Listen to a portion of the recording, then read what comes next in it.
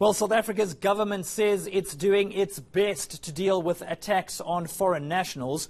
Officials say xenophobia is not to blame. Instead, they're pointing fingers at criminals working within communities. We hit the streets to find out what South Africans think of the situation. Abantu abuya ngaphandle bayeza labasebenze babeke amatafula emakhoneni abantu balamizasi babona kahle ukuthi kubeka itafula ekhoneni abantu bazothini bazomhleka so inkinga le abafuna ukusebenza bafuna ukusebenza ema-ofisini kanti awazi ukuthi ibhizinisi encane iyakhula kube yinto enkulu. The government has to control the borders, you understand? So if people comes in, they must come in a proper way and all that stuff. So, and we as South Africans, we need to know that those are people also. They are human beings. Okay, they run away from their countries because it's bad there. You understand? Maybe tomorrow I'll also run away from South Africa and go somewhere.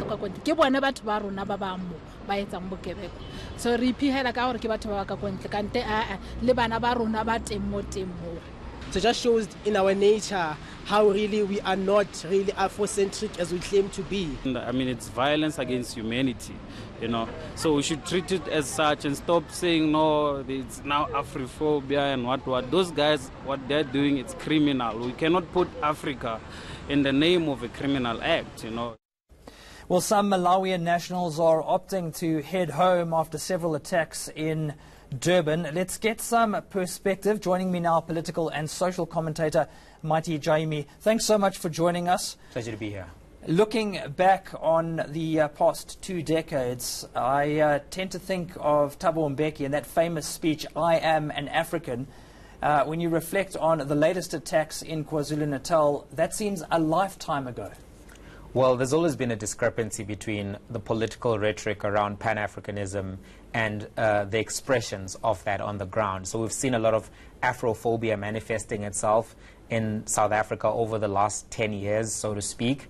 And so there is a bit of a gap between where Mbeki's ideals were and what we actually see on the ground. Lots of tension, lots of negative sentiment, lots of violence that sparks out here and again. And being an election season, this kind of a thing was actually inevitable.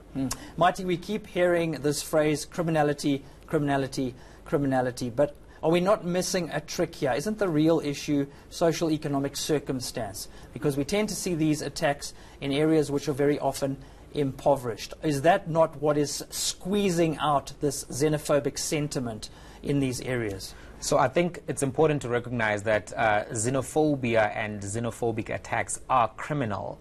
So saying it's criminality, like what the minister has said, and maybe Cyril Ramaphosa as well, I'm talking about Lindiwe Sisulu, is inaccurate. Let's call it for what it is. It's a xenophobic sentiment that expressed itself through violence. Now the question is, does economic inequality in townships and other communities where there's poverty create violent attacks?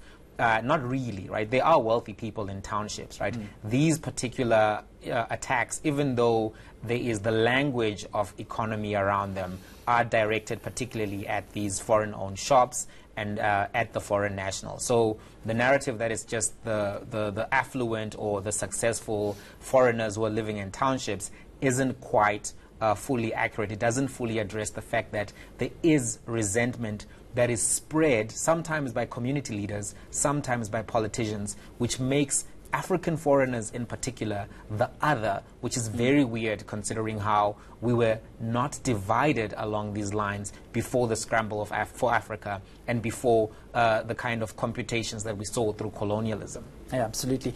Now, you would have heard Lindiwe Sisulu and, of course, Bheki Cele, the police minister, issuing some statements, meeting with African officials earlier this week. What did you make of what they had to say, and what would you have said if you were in their position? So I think it's important that they did meet with the foreign ambassadors to assuage their fears, to let them know that the government is not going to tolerate this kind of activity. The ANC, to be fair to them, has always cracked down in communities where xenophobia manifests itself. The problem is the ANC hasn't been very good at dealing with some of the drivers of the influx of migration. So the ANC, for example, has been very, very soft on Mnangagwa. They were very, very soft on Mugabe. And as a result of that, they allowed the situation in Zimbabwe to decay. And that's what contributed to the influx of Zimbabweans in particular. And the same is true of other regional conflicts and regional problems we've had. The South African ANC government hasn't always been very good at mitigating the push factors for population influx from other regions of Africa. I want to broaden the scope very quickly, Mighty, and focus on global politics at large and get your sense on what we're seeing in the United Kingdom when it comes to immigration, what we're seeing in the United States when it comes to the so-called wall and immigration.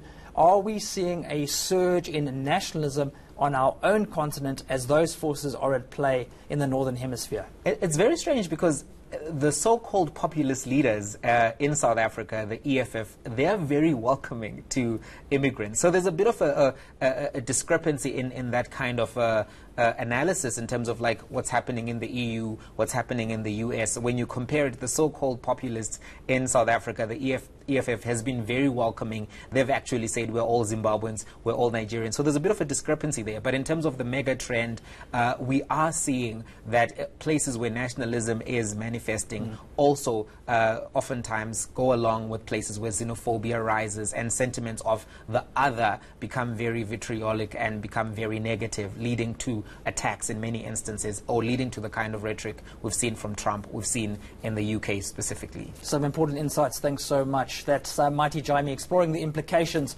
of those attacks on foreign nationals. After the break, Pope Francis makes an historic trip to Morocco, a country dominated by Islam.